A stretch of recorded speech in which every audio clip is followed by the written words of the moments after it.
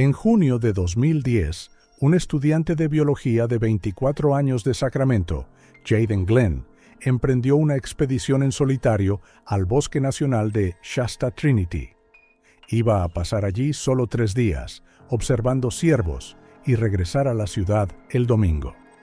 Era un viaje corriente para un joven investigador que conocía bien el bosque y amaba su silencio.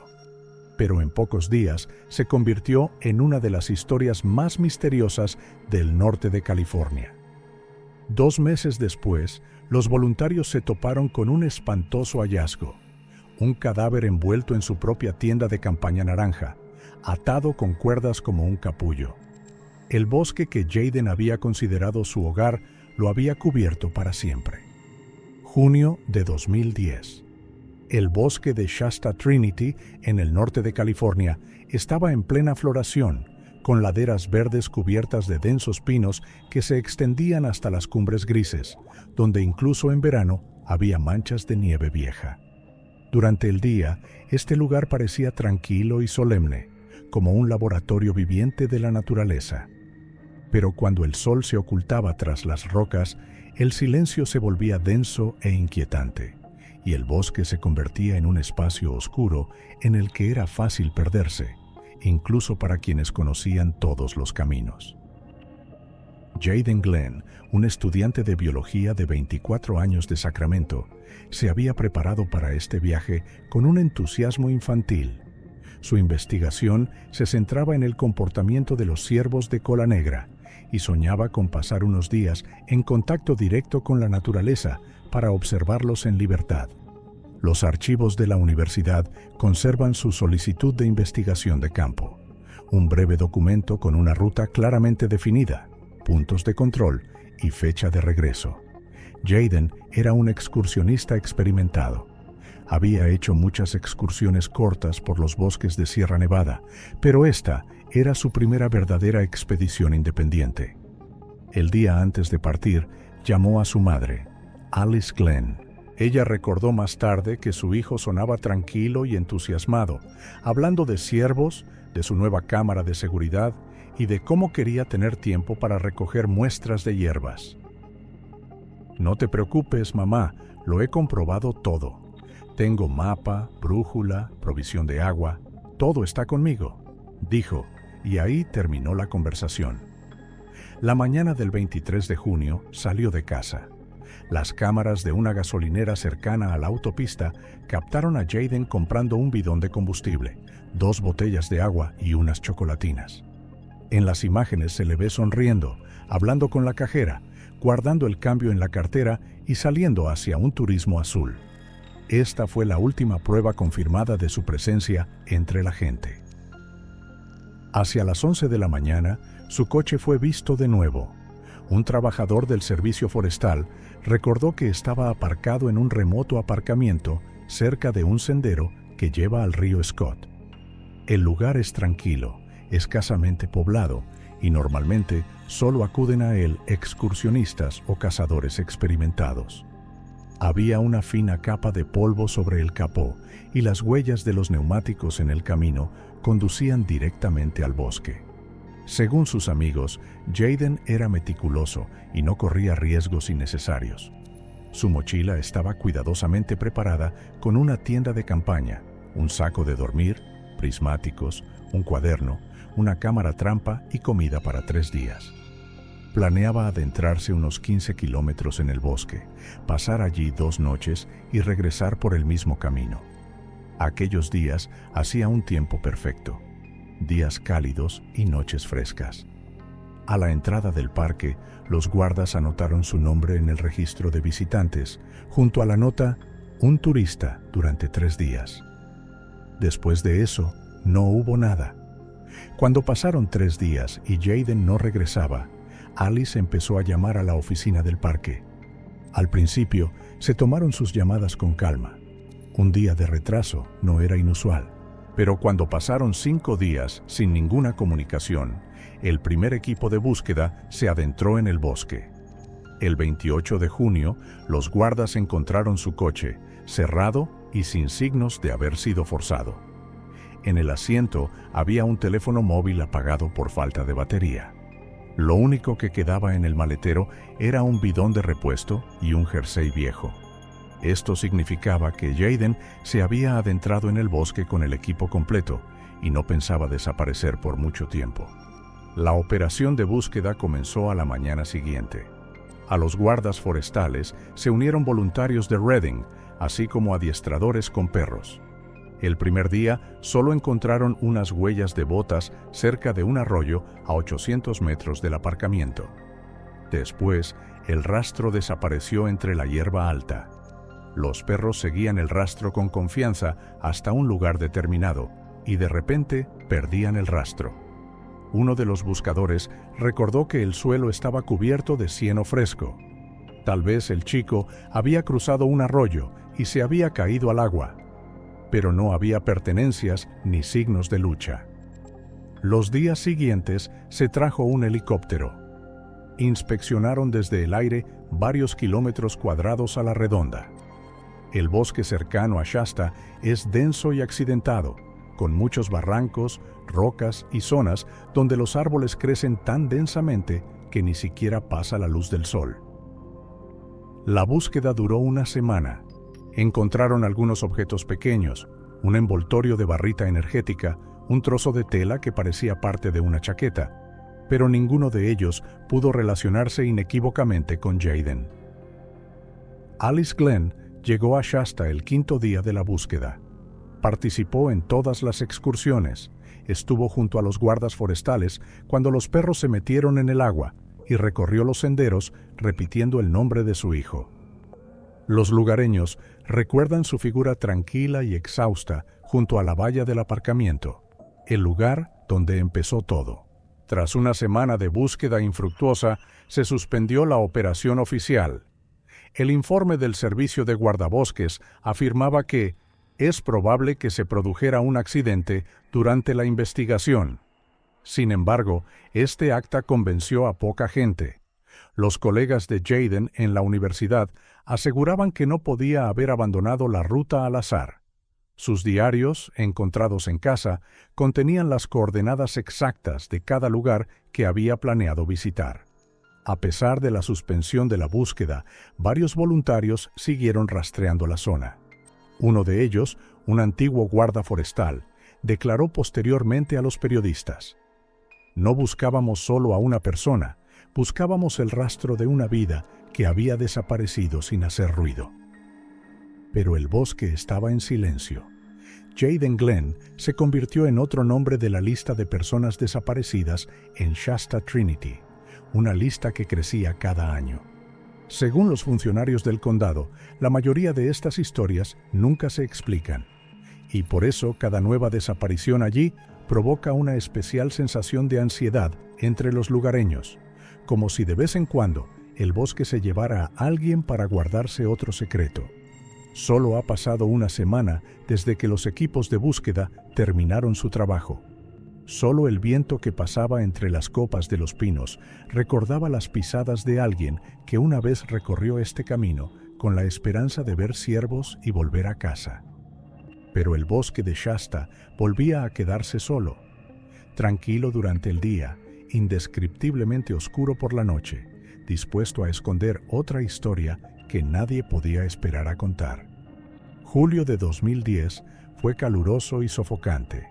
El bosque nacional Shasta Trinity permanecía inmóvil bajo una espesa bruma de polvo y alquitrán. El silencio aquí siempre ha tenido un peso, ensordecedor, pesado, casi físico. Tras la interrupción de las operaciones de búsqueda, se hizo aún más denso, como si el propio bosque hubiera cerrado la boca y viera cómo la gente se marchaba, dejándolo solo con su secreto. 2 semanas después de que finalizara la búsqueda oficial, el caso de Jayden Glenn fue transferido a la unidad de personas desaparecidas.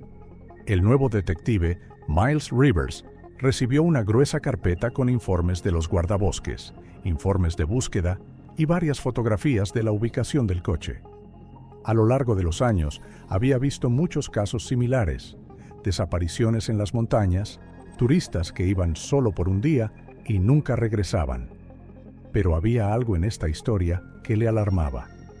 Todo parecía demasiado limpio, demasiado ordenado, como si la persona simplemente hubiera salido del marco. El primer paso fue volver a inspeccionar el coche. El coche de Jayden había sido llevado al depósito de Redding, donde estaba a cubierto, precintado tras el registro anterior. El detective llegó en persona. Junto con un técnico, abrieron el coche y empezaron a revisarlo de nuevo, centímetro a centímetro. En la guantera, bajo el mapa doblado, encontraron un cuaderno de tapas blandas de color verde. Por alguna razón, no habían reparado en él antes. Las primeras páginas contienen secas anotaciones científicas sobre las rutas de los ciervos, fechas, medidas y número de ejemplares. Y luego, hacia el final, hay varias notas breves con letra desigual. La última línea era corta e inquietante. Ruido de motor donde no debe. Actividad extraña. Debo comprobarlo mañana. Los expertos confirmaron que el cuaderno era de Jayden. La escritura coincidía con muestras de sus informes universitarios. Esta entrada cambió inmediatamente el tono de la investigación. Ahora estaban buscando algo más que un accidente. Si un motor estaba en marcha en una parte remota del bosque, significaba que alguien estaba allí. Y ese alguien podría haber visto a Jayden.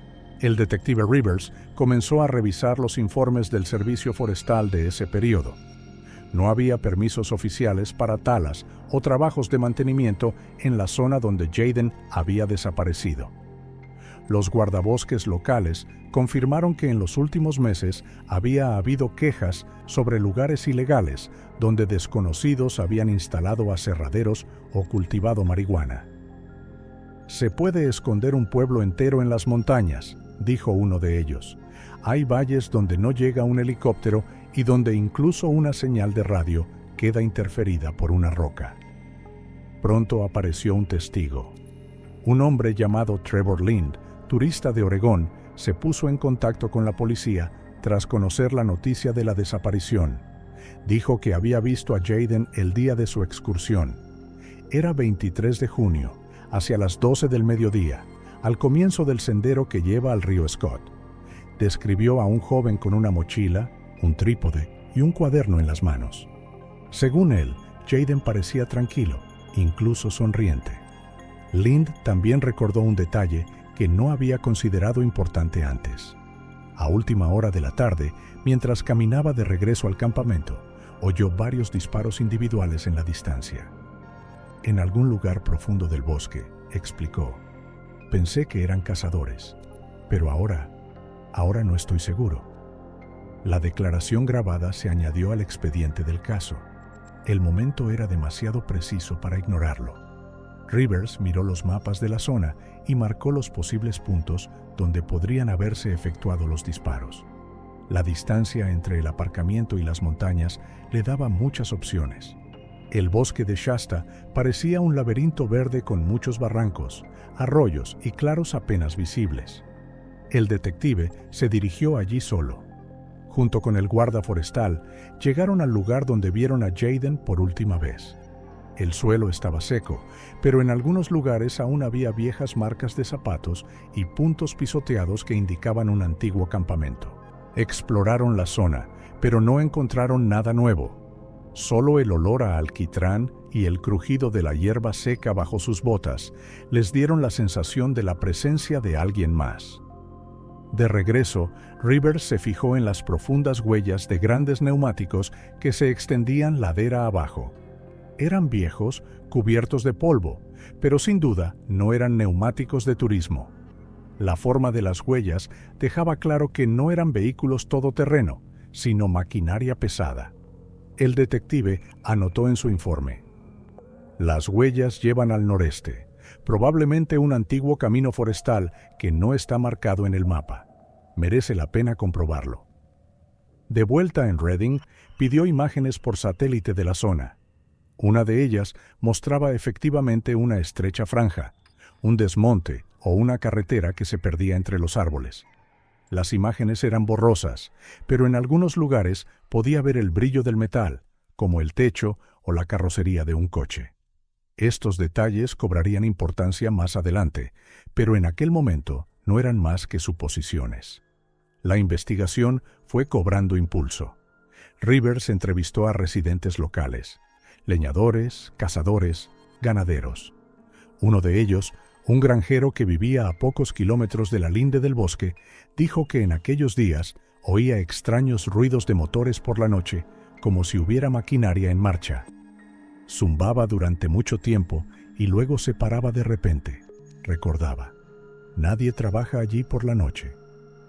Cuando estos testimonios coincidieron con la anotación del cuaderno de Jayden, la versión del detective ganó peso. Había alguien en el bosque, y ese alguien no quería ser visto. Rivers hizo varias averiguaciones en el Servicio de Control de Recursos Naturales para ver si había alguna tala o plantación ilegal. Como respuesta, recibió un escueto mensaje. Hay sospechas de actividades ilegales en la zona adyacente al área en peligro. No hay información suficiente para una investigación oficial. El silencio en torno a este caso era cada vez más espeso. Oficialmente era la falta de pruebas. Extraoficialmente era el miedo a tocar lugares donde hacía tiempo que regían normas ajenas. Mientras tanto, la familia de Jayden seguía buscando cualquier rastro. Su madre puso anuncios en los periódicos y apeló a voluntarios. Incluso escribió cartas a cadenas de televisión, pero la historia del joven biólogo no recibió mucha publicidad. El bosque se llevó a otra persona y la sociedad ya estaba acostumbrada a este tipo de noticias.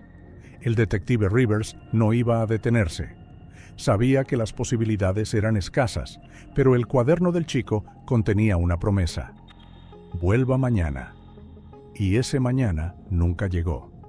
El bosque estaba en silencio, pero ese silencio ya no parecía natural. Había algo extraño en él, como si bajo la espesa capa de agujas de pino no solo hubiera un cadáver, sino también el secreto de alguien que nadie se atrevía a decir en voz alta. Finales de agosto de 2010. El bosque de Shasta estaba tranquilo y caluroso, el olor a alquitrán flotaba en el aire y el polvo de los senderos se depositaba sobre las agujas en una fina capa gris. Habían pasado más de 2 meses desde la desaparición de Jayden Glenn. La investigación oficial se había detenido. El informe policial era escueto. No se han encontrado nuevas pruebas. Para la madre de Jayden, esto solo significaba una cosa: su hijo ya no era buscado. A principios de agosto, se puso en contacto con una organización de voluntarios que buscaba personas desaparecidas en parques nacionales. Juntos formaron un pequeño grupo de 6 personas, entre ellas un antiguo guarda forestal, un cazador local y 2 estudiantes que conocían la zona. No creían que el bosque pudiera tragarse a un hombre sin dejar rastro.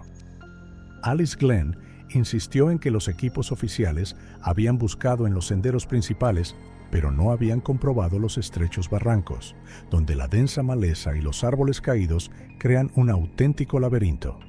Era allí, dijo, donde debían buscar.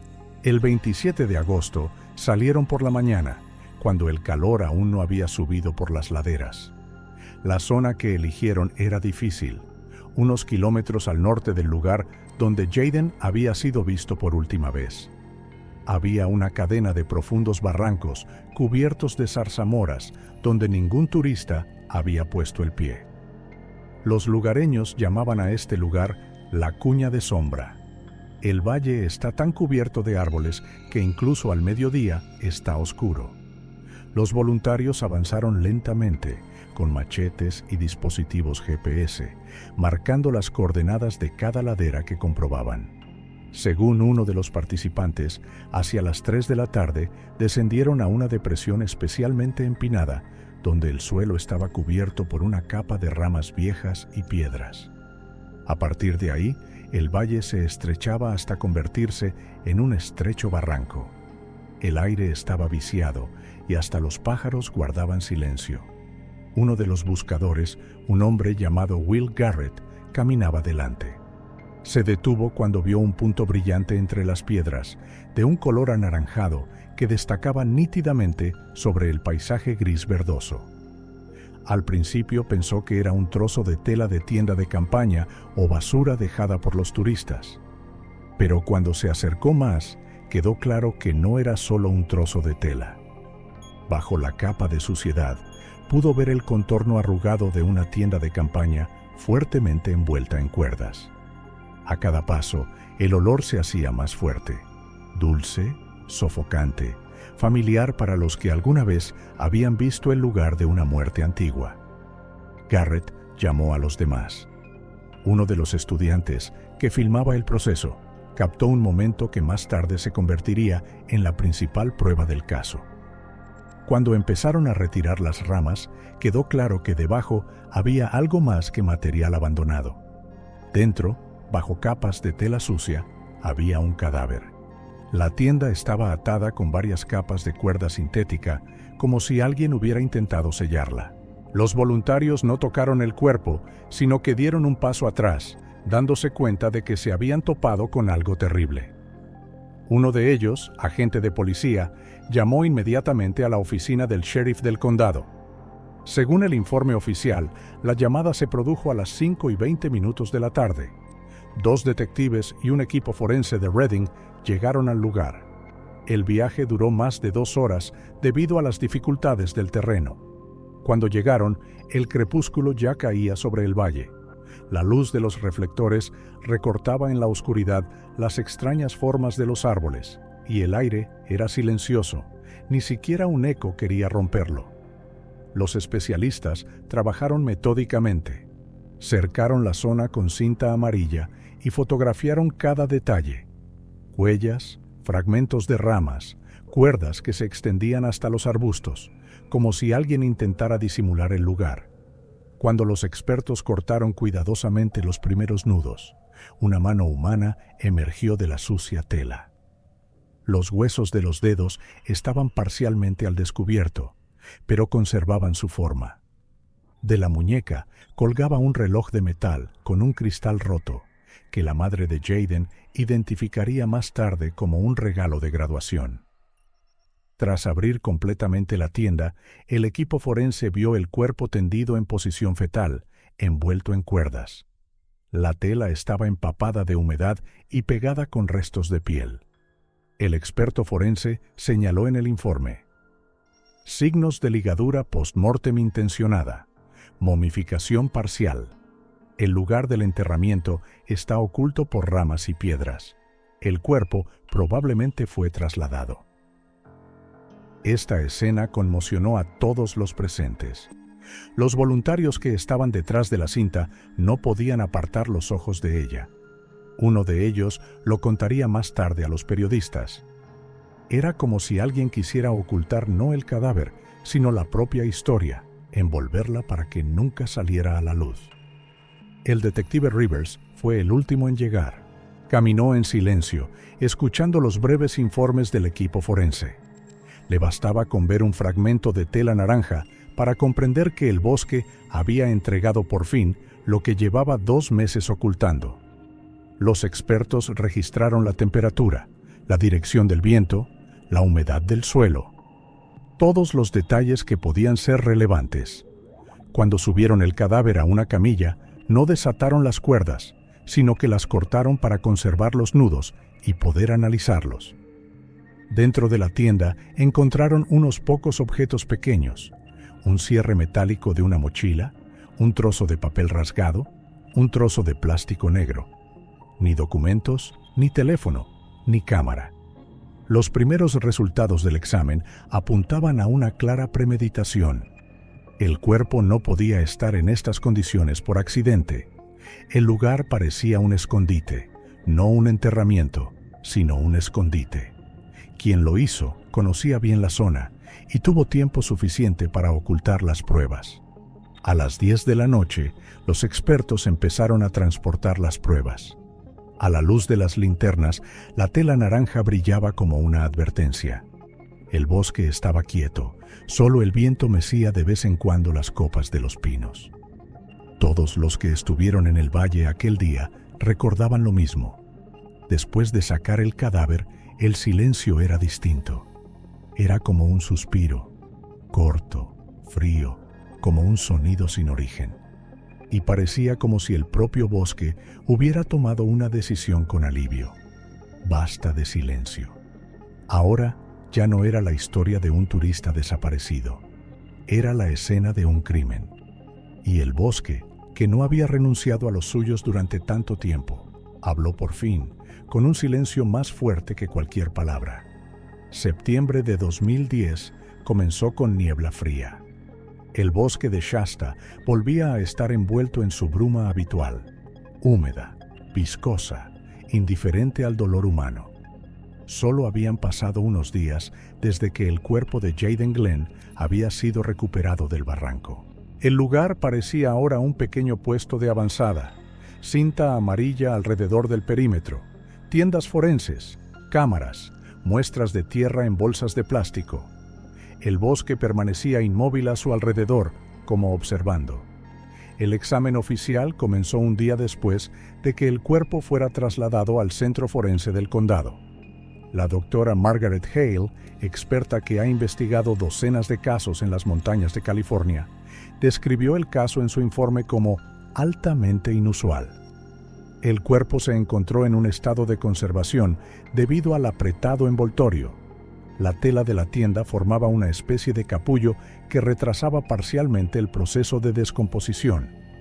Tras limpiar la superficie de suciedad, la experta encontró un orificio en el pecho, típico de una herida de bala. La bala había entrado por debajo de la clavícula, la había atravesado y se había alojado en la parte baja de la espalda.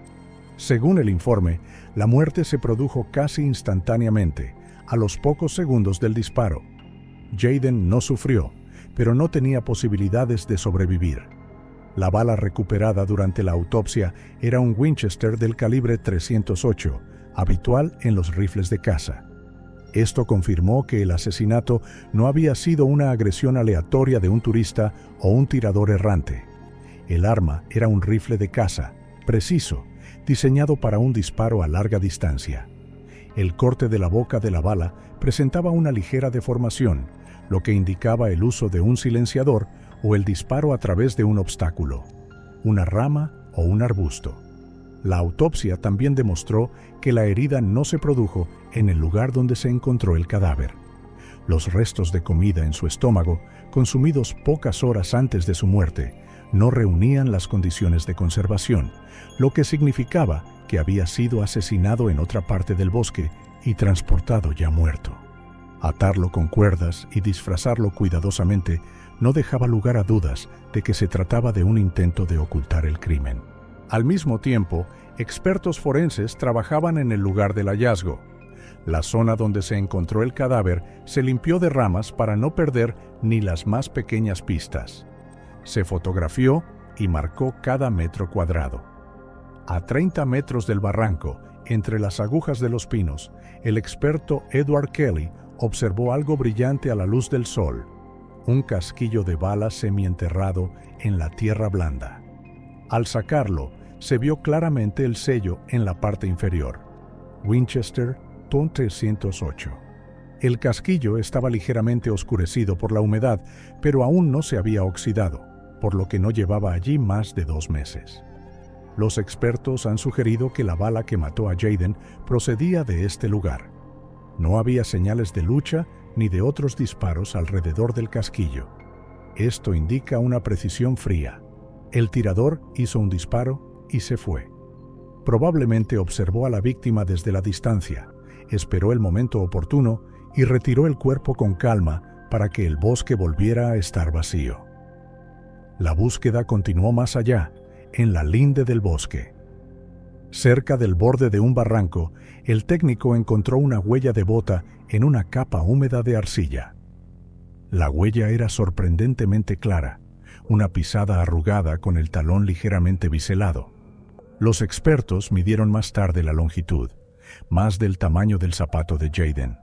El informe dice: probablemente pertenece a un varón de complexión media, de aproximadamente 1,80 metros de altura. El tacón desgastado y el dibujo asimétrico de la huella son únicos. Se tomó una muestra de la huella en un molde de escayola y se envió al laboratorio estatal para compararla con las bases de datos. Aunque la probabilidad de encontrar una coincidencia era mínima, la huella era la primera prueba tangible de la presencia de otra persona. La búsqueda en la zona continuó durante varios días más. Junto al casquillo se encontró un trozo de plástico negro, posiblemente parte de una culata o mira telescópica. Los cazadores utilizan este tipo de piezas para amortiguar el impacto del disparo. Todas las pruebas fueron cuidadosamente empaquetadas y fotografiadas, y solo entonces el detective Rivers permitió que se retirara la valla. Su propio informe comenzó con las palabras: "A partir de ahora, no nos enfrentamos a una desaparición, sino a un asesinato premeditado". Esta frase se convirtió en el punto de inflexión de toda la investigación. Cuando el examen confirmó que la bala y el casquillo eran del mismo tipo, fue posible identificar el arma con mayor precisión. La superficie del casquillo mostraba claras huellas de cortes que coincidían con el patrón típico de los rifles Remington y Browning, utilizados a menudo por los cazadores furtivos. Esto abrió otra línea de investigación. Quizá Jayden había tropezado con cazadores ilegales. El informe de balística añadía: el disparo se hizo desde una distancia de al menos 100 metros. La orientación del disparo es de arriba a abajo. El tirador estaba probablemente en una elevación o al borde de una colina. Esta información explicaba por qué no había signos de lucha en la escena. Jayden ni siquiera tuvo tiempo de ver a su atacante. Mientras tanto, el laboratorio trabajaba en una huella de zapato. El dibujo de la pisada era, en efecto, único, asimétrico, con un raspón característico en el borde interior. El experto observó que ese desgaste es típico de una persona que camina a menudo por el bosque sobre terreno irregular, un cazador o un trabajador maderero. Fue este detalle el que permitió construir el primer perfil del desconocido: un hombre físicamente fuerte, familiarizado con la zona, que posee un arma y sabe utilizarla. Todos estos datos se iban uniendo en una imagen, pero seguía habiendo un espacio vacío entre ellos. No había testigos presenciales del tiroteo, solo 2 testigos silenciosos: un casquillo y la huella de una bota. Yacían en el suelo casi tan silenciosamente como el propio bosque, pero su silencio contenía ahora la verdad. El viento de septiembre trajo el olor de la lluvia, y los pinos que los rodeaban volvieron a hacer ruido, como si estuvieran borrando el recuerdo de lo ocurrido. Pero para el detective, cada sonido de este bosque tenía ahora un significado diferente. Sabía que si la naturaleza estaba en silencio, no era por indiferencia. Solo espera que la gente escuche lo que hace tiempo que ha dicho. Octubre de 2010 trajo lluvias a las montañas. El bosque de Shasta volvió a estar húmedo y pesado. El suelo se ablandó bajo los pies y el aire se llenó de olor a agujas de pino y corteza podrida. Tras varias semanas de silencio, la investigación del caso de Jayden Glenn volvió a avanzar. Ahora que había una bala, un casquillo de bala y una huella de bota, el caso ya no parecía una desaparición misteriosa. Era un asesinato, frío y calculado. El Laboratorio de Ciencias Forenses de Redding realizó una prueba balística completa. Los expertos confirmaron que la bala de un Winchester del calibre 308 había sido disparada con un rifle, muy probablemente un Remington 700, un modelo popular entre cazadores y furtivos.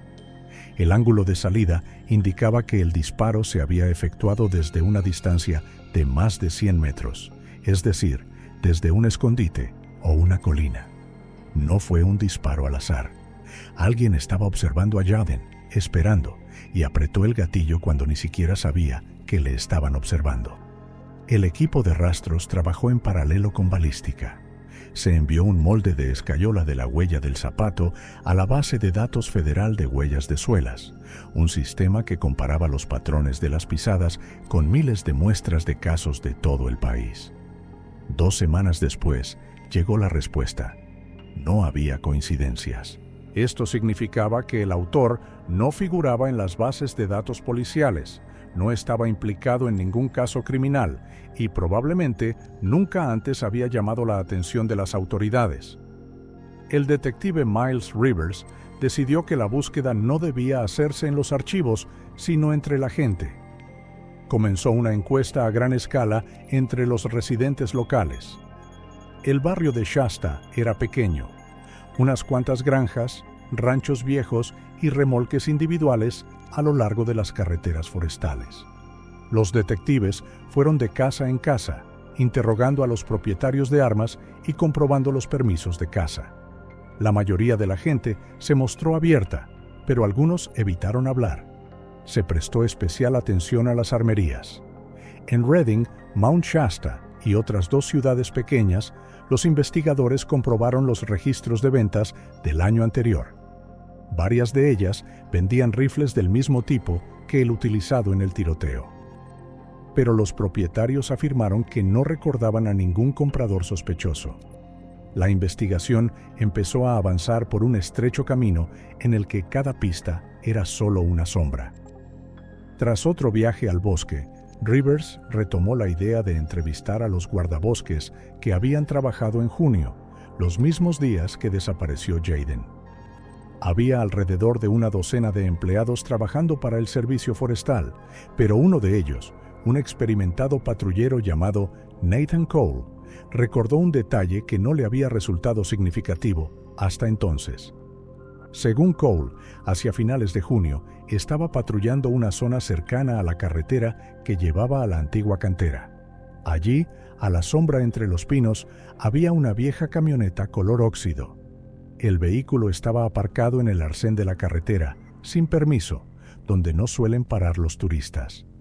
Cole se dio cuenta porque estaba cerca de una zona restringida, donde a menudo se denunciaba la caza furtiva. El guarda forestal describió la camioneta como un viejo Ford o Dodge, con las puertas cambiadas de distintos colores. No recordaba la matrícula, pero sí que vio a 2 hombres cargando algo pesado en la parte trasera, un gran rollo opaca envuelto en una lona oscura. Ambos actuaban con prisa, intentando no mirar hacia la carretera. Uno era más alto y corpulento, llevaba una chaqueta oscura con las mangas remangadas. El otro era más bajo, delgado, con una gorra y una vieja mochila sobre los hombros. Cole no se acercó a ellos, pensando que solo eran leñadores que llevaban equipo. Pero ahora, al enterarse del tiroteo y del cadáver en el barranco, este episodio volvió a su memoria. En su testimonio, el guarda forestal recordó que en aquel momento parecía que el hombre más alto cojeaba de la pierna derecha. Esto concordaba con lo que los expertos habían observado sobre el desgaste inusual de la suela en la huella. El borde interior estaba más desgastado, como si el dueño del zapato hubiera estado desplazando su peso ligeramente hacia un lado. El detective Rivers registró inmediatamente estas pruebas. La descripción correspondía a una persona concreta, no un nombre ni una dirección, sino una silueta. Surgió un perfil, un hombre de mediana edad, familiarizado con la zona, con un vehículo, que caminaba con una ligera cojera y utilizaba un arma de caza. Probablemente no era un turista local, sino alguien que trabaja en el bosque o cerca de él. Después, la policía empezó a investigar a los propietarios de camionetas en un radio de 80 kilómetros. Fue un trabajo duro, docenas de matrículas, vehículos viejos sin placas de matrícula actualizadas, vehículos que cambiaban de manos sin documentos. Varios coches coincidían con la descripción general, pero ninguno coincidía del todo. Uno de los guardas forestales declaró más tarde haber visto una camioneta similar en un camino de tierra cerca del lago Trinity, más o menos a la misma hora. Según él, el vehículo estaba demasiado lejos de las principales rutas de caza y nadie pasó la noche cerca de él. Este hecho fue confirmado por imágenes de satélite. Una foto de archivo del 28 de junio mostraba una mancha de color óxido muy similar a la carrocería del coche. Cuando se compararon estos datos con el testimonio del guarda Cole, resultó obvio que las mismas personas podrían haber estado moviéndose por el bosque en dirección a la desaparición de Jayden. La palabra sospechosos apareció por primera vez en el informe de la investigación. El trabajo continuó. Los agentes viajaron a zonas remotas donde vivían cazadores sin domicilio fijo, comprobaron almacenes e inspeccionaron aserraderos inactivos. Varias veces se citó a los propietarios de las viejas camionetas para interrogarlos, pero todos tenían coartada o vivían demasiado lejos. Sin embargo, el ambiente en torno al caso cambió. Antes, la investigación había parecido un intento inútil de encontrar una sombra en un bosque interminable, pero ahora la sombra empezaba a tomar forma. La descripción de los dos hombres y del viejo coche se convirtió en el primer hito real. Por primera vez desde la desaparición de Jayden, había esperanzas de que la misteriosa muerte no fuera obra de fuerzas sin rostro del bosque, sino de personas muy reales que sabían lo que hacían. Y entre 1000 árboles, entre el sonido del viento y la lluvia, sus pasos dejaban un rastro que ahora conduciría a los detectives más adentro en la oscuridad. Finales de octubre de 2010.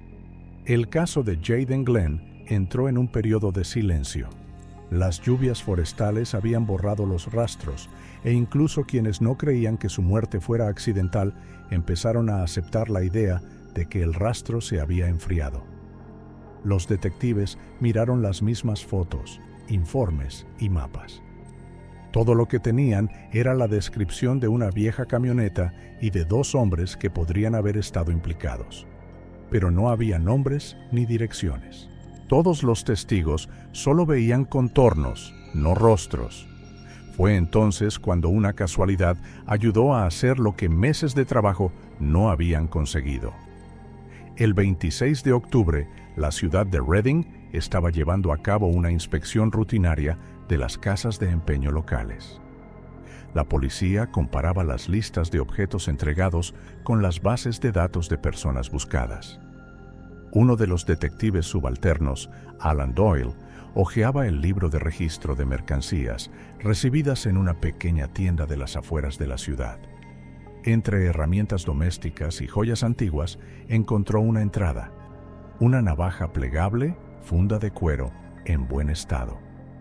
La descripción coincidía con los objetos del expediente de Jayden Glenn, incluida su navaja personal, que su madre describió durante el interrogatorio como un regalo favorito de mi padre. El objeto parecía demasiado específico para ser una coincidencia. Doyle pidió la navaja a la caja fuerte de una casa de empeños. Era un buck turístico de alta calidad, con mango de ébano y las iniciales JG grabadas en el metal. La policía se incautó inmediatamente del objeto como prueba material. El propietario de la casa de empeños explicó que la navaja había sido entregada hacía aproximadamente una semana y que había recibido una pequeña cantidad de dinero por ella. No recordaba los detalles, pero en la tienda había cámaras de vigilancia. Ese mismo día, la grabación fue trasladada a la comisaría. El vídeo, fechado el 19 de octubre, muestra a un hombre que entra en la casa de empeños en pleno día. Lleva una chaqueta oscura, una gorra con el logotipo de un equipo deportivo y no lleva la cara cubierta. Deposita tranquilamente el cuchillo sobre el mostrador, pronuncia unas palabras y firma un papel. Su actitud es segura, sin ansiedad. Tras una breve comprobación, coge el dinero y se va. La cámara capta su rostro de perfil, con claridad suficiente para hacer una imagen fija. Los detectives recurrieron entonces a la base de datos de permisos de conducir del estado. Utilizando software de reconocimiento facial, obtuvieron una coincidencia en cuestión de horas. Liam Garrett, de 31 años y residente en Redding. Su historial no estaba limpio. Hace unos años fue condenado por tenencia ilícita de armas y caza furtiva, pero cumplió una breve condena y quedó en libertad condicional. La foto de Garrett fue mostrada al guarda Nathan Cole, que había visto a los 2 hombres cerca de la camioneta. No dudó en reconocerlo como el mayor de los 2, el que cojeaba y tenía una actitud decidida. El propietario del viejo Ford, que coincidía con la descripción, era su hermano, Mark Garrett. Esto coincidía con la información recibida anteriormente de los lugareños. Fue un verdadero avance para la investigación. El cuchillo vendido en la casa de empeños era el primer vínculo indiscutible que relacionaba al fallecido con una persona concreta. Los expertos realizaron un rápido análisis. En la superficie interior de la vaina encontraron microrrestos de ADN que coincidían con el perfil de Jayden Glenn que se había obtenido previamente durante la autopsia. Nadie podía explicar cómo Garrett había llegado a poseer un objeto que pertenecía al fallecido. Rivers no se apresuró a detenerlo. Primero, había que confirmar si Garrett estaba realmente relacionado con la camioneta y la zona donde se había producido el asesinato. Se organizó una vigilancia secreta. 2 agentes instalaron una cámara cerca de la caravana, en las afueras de Redding, donde vivía con su hermano. Tras unos días de vigilancia, se hizo evidente que los hermanos vivían modestamente, tenían trabajos esporádicos, pero se internaban regularmente en el bosque. Su camioneta, oxidada y vieja, tenía la tonalidad y los daños exactos que había descrito el guarda forestal. En el lado izquierdo de la carrocería faltaba un trozo de pintura y las puertas habían sido sustituidas por otras de distinto color, negras y verdes. Esta coincidencia no dejaba lugar a dudas. Durante uno de los viajes, los hermanos regresaron a altas horas de la noche. La grabación de la cámara muestra a Liam sacando un rifle de caza de la parte trasera del coche, de tipo similar al que podría haber sido el arma homicida. No tenía permiso oficial para ello. La policía hizo una petición a la base de datos de venta de armas y su nombre no figuraba entre los compradores de rifles Remington. Mientras tanto, los expertos analizaron el propio cuchillo. Al microscopio encontraron rastros de nuevos arañazos en el metal, como si alguien hubiera intentado limpiarlo con papel de lija o frotarlo con una piedra. Parecía un intento de borrar las huellas. Sin embargo, las partículas de óxido entre la hoja y el mango estaban intactas, lo que podría ser de la misma composición mineral que la tierra de la zona donde se encontró el cuerpo de Jayden. Para el detective Rivers, este fue el momento en el que el puzzle por fin empezó a encajar. Una bala, una camioneta, 2 hombres y ahora un cuchillo. Pruebas que el propio asesino había traído a una ciudad civilizada, como si no se diera cuenta de que estaba firmando su propia sentencia de muerte. El informe de esa semana decía: se ha traído a un sospechoso, se ha identificado el vehículo y se ha recuperado un objeto que pertenecía directamente a la víctima. La probabilidad de coincidencia es 0. La policía procedió con cautela. El objetivo era no asustar a los Garrett. Exteriormente, todo permaneció en calma. No se hicieron anuncios oficiales, no aparecieron nuevos artículos en la prensa.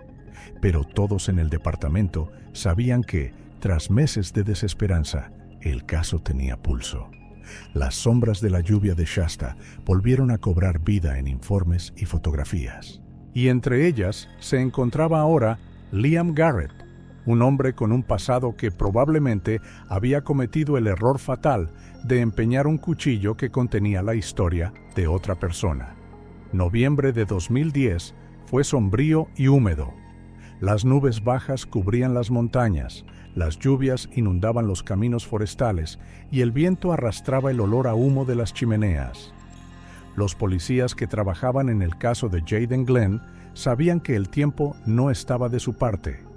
Las pruebas se estaban deteriorando, los testigos olvidaban detalles y los sospechosos actuaban como si no hubiera pasado nada. El departamento organizó una vigilancia permanente de Liam y Mark Garrett. Los hermanos vivían en una caravana en las afueras de Redding, cerca de un viejo aserradero. Según la versión oficial, ganaban dinero cazando y reparando equipos. En realidad, se dedicaban a la caza furtiva y al tráfico de caza. A los agentes de guardia en el coche de la calle de al lado les pareció que los Garrett eran conocidos y seguidos. Su comportamiento era cauto, perfeccionado por años de vida en el bosque. No utilizaban teléfonos, evitaban largas conversaciones con los vecinos y guardaban dinero en efectivo en casa. Uno de los observadores escribió en su informe: "Son silenciosos incluso entre ellos. Intercambian frases cortas, a menudo solo gestos. Parece que hay un acuerdo entre ellos para no decir nada en voz alta que pueda comprometer a nadie". La noche del 6 de noviembre, los hermanos se dirigieron en coche hacia el Bosque Nacional. El equipo policial les siguió.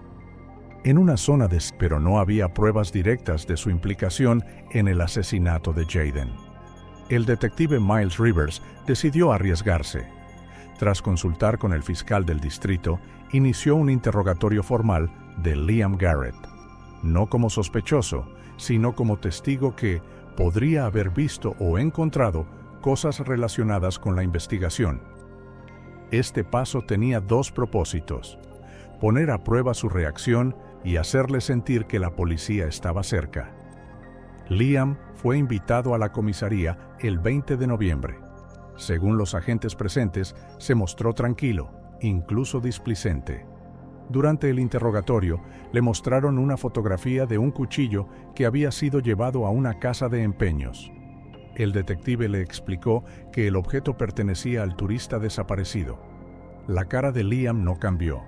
Dijo que había encontrado el cuchillo en el bosque, cerca de un viejo arroyo, y decidió venderlo, diciendo que una cosa buena no debe desperdiciarse. Cuando se le preguntó si sabía algo de Jayden Glenn, respondió que era la primera vez que oía ese nombre. Sus palabras quedaron registradas en el protocolo. Cuando el policía le preguntó por qué no había denunciado el hallazgo, Garrett se limitó a encogerse de hombros. Todo fue sin emoción, como si estuviera hablando de la historia de otra persona. Legalmente, fue impecable. Ejerció su derecho a no responder a preguntas que pudieran ser perjudiciales y se negó a firmar ninguna explicación sin un abogado. Después del interrogatorio, los detectives se dieron cuenta de que los hermanos se habían vuelto aún más cautelosos. Liam cambió sus rutas de viaje y Mark dejó de salir de casa sin motivo. Aparecieron nuevas cerraduras en la caravana y las ventanas se cubrieron con gruesas cortinas. Los agentes tuvieron que instalar una cámara oculta en un poste eléctrico situado enfrente para continuar con la vigilancia. Los informes de aquellos días indican que los hermanos no mostraban pánico, pero sus acciones se volvieron más precisas, como si estuvieran esperando.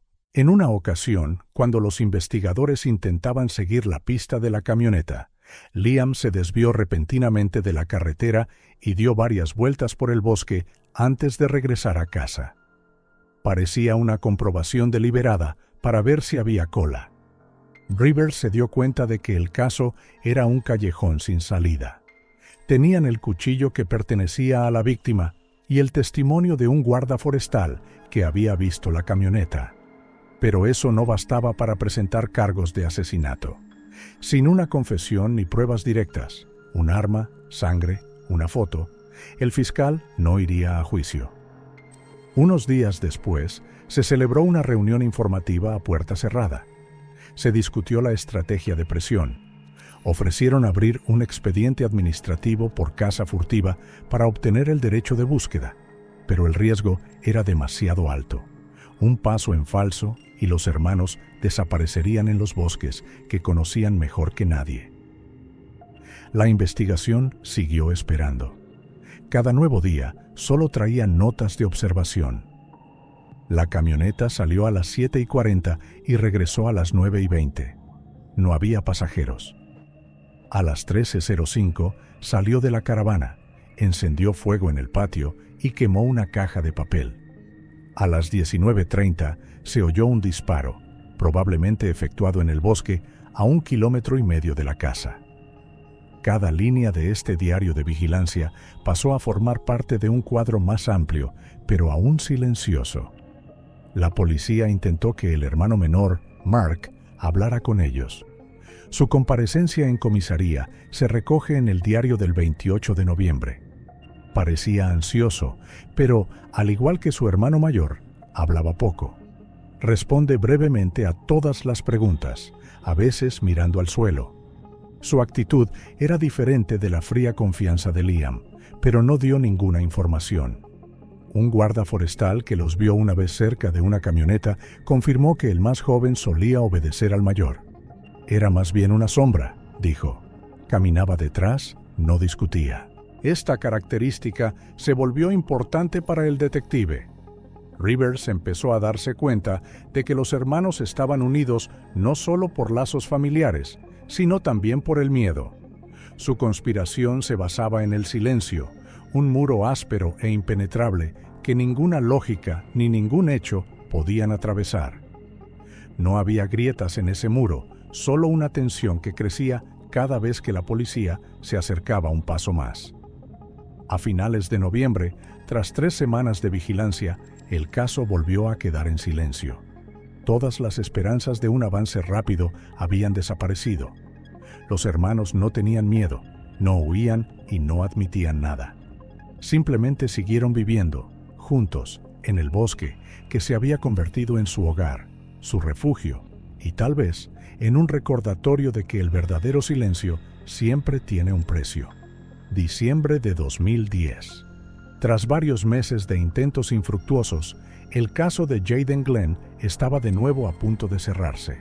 Las lluvias habían hecho intransitable el bosque y la investigación estaba empantanada en informes y puntos muertos. Todos los hechos estaban en la mano: el cuchillo, la camioneta, el testimonio del guarda forestal, pero los hermanos Garrett guardaban silencio. Su silencio se hizo tan ensordecedor como los pinos de Shasta, que absorbían cualquier sonido. El detective Miles Rivers sabía que no podía esperar más. La investigación perdía prioridad poco a poco. La financiación menguaba y el fiscal insinuaba que, sin pruebas directas, el caso no se sostendría en los tribunales. El único camino que quedaba era separar a los hermanos, separar a los que estaban acostumbrados a vivir juntos y a confiar solo en el otro. Los analistas del departamento revisaron los materiales y llegaron a la conclusión de que el más joven, Mark, era el eslabón débil. Tiene 27 años, un historial delictivo menor, algunos delitos menores, la mayoría relacionados con la casa sin permiso. Según sus amigos, es emocional, rápido para la ira y fácilmente influenciable. Todos los documentos indican que conducía la camioneta cuando los testigos vieron a los hermanos en el bosque. El 22 de diciembre fue detenido con el pretexto de comprobar su permiso de armas. Liam estaba en casa en ese momento y cuando llegó la policía, solo vio cómo metían a su hermano en el coche. Según el informe, no dijo ni una palabra. Mark fue interrogado por separado en una pequeña sala de la oficina del distrito. Los detectives actuaron con cautela, no le acusaron directamente, pero dejaron claro que las pruebas contra él eran serias. Le mostraron una foto del cuchillo, el testimonio de un guarda forestal y copias de los informes de balística. Luego dijeron una frase que más tarde se mencionaría en el informe: «Tu hermano dice que tú disparaste». Nadie sabe a ciencia cierta qué momento fue decisivo: el miedo al encarcelamiento o la sensación de traición. Pero unas horas más tarde, Mark pidió hablar con el detective sin abogado. Su confesión fue grabada en un dictáfono y, según los presentes, le temblaba la voz. Empezó diciendo que todo había ocurrido por accidente. Estaban cazando cerca de una vieja carretera cuando vieron a un tipo con una mochila y una cámara. Jayden estaba de pie en la linde del bosque, filmando algo. Liam pensó que podría haber grabado su camioneta y sus armas. Dijo que el turista iría a la policía, que nos encontrarían más tarde, explicó Mark en su confesión. Según su versión, Liam se acercó a Jayden, empezó a hablar y le exigió ver la cámara. Cuando el chico se negó, Liam levantó su rifle. Hubo un disparo. Jayden cayó inmediatamente, sin tener tiempo de decir nada. Mark afirmó que estaba a un lado y no tuvo tiempo de detener a su hermano. A continuación, los acontecimientos se desarrollaron fría y rápidamente. Le quitaron la mochila a la víctima, se llevaron un cuchillo y algunas de sus pertenencias para crear la impresión de un robo. Según Mark, fue Liam quien insistió en ocultar el cadáver. Dijo que teníamos que hacerlo para que nadie lo encontrara, escribió el detective en su informe. Utilizaron la tienda de campaña de Jayden para envolver el cuerpo, luego lo envolvieron en cuerdas y lo arrojaron a un barranco, cubriéndolo con piedras y ramas. No fue pánico, sino cálculo. Mark dijo que Liam se comportaba con calma, como si estuviera haciendo un trabajo conocido. Los detectives comprobaron las pruebas. La comparación de los datos confirmó varios puntos clave: la descripción del lugar, la naturaleza del arnés, incluso la distancia a la carretera, coincidían con las coordenadas reales. La confesión contenía detalles que nadie, salvo el asesino, podía conocer. A la mañana siguiente, se emitió una orden de detención contra Liam Garrett. La policía actuó al amanecer para evitar resistencia. Según testigos presenciales, no huyó y no lo negó. Cuando le preguntaron por su hermano, respondió con una sola palabra: mentiroso. Durante el registro del remolque se encontró un rifle Winchester del calibre .308. La culata del rifle contenía partículas de sangre que el laboratorio confirmaría más tarde que coincidían con el ADN de Jayden Glenn. Las mismas botas, con la suela desgastada, yacían junto a la cama. Las marcas de tacón registradas en la escena del crimen coincidían con una décima de pulgada.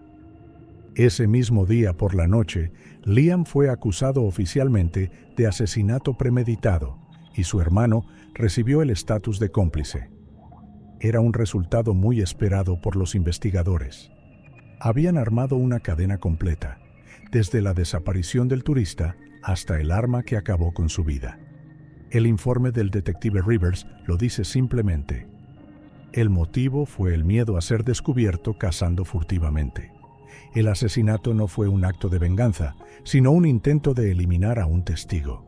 Las acciones posteriores indican conciencia de culpabilidad y un intento de ocultar el crimen.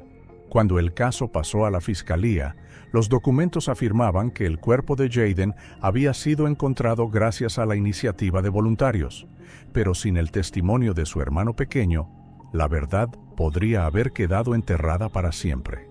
Este final no trajo alivio.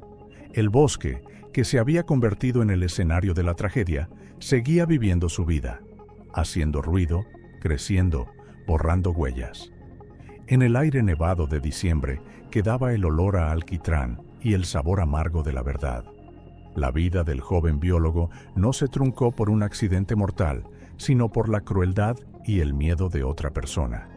Y cada minuto de esta investigación me recordaba que el bosque nunca está en silencio, solo que no habla a todo el mundo.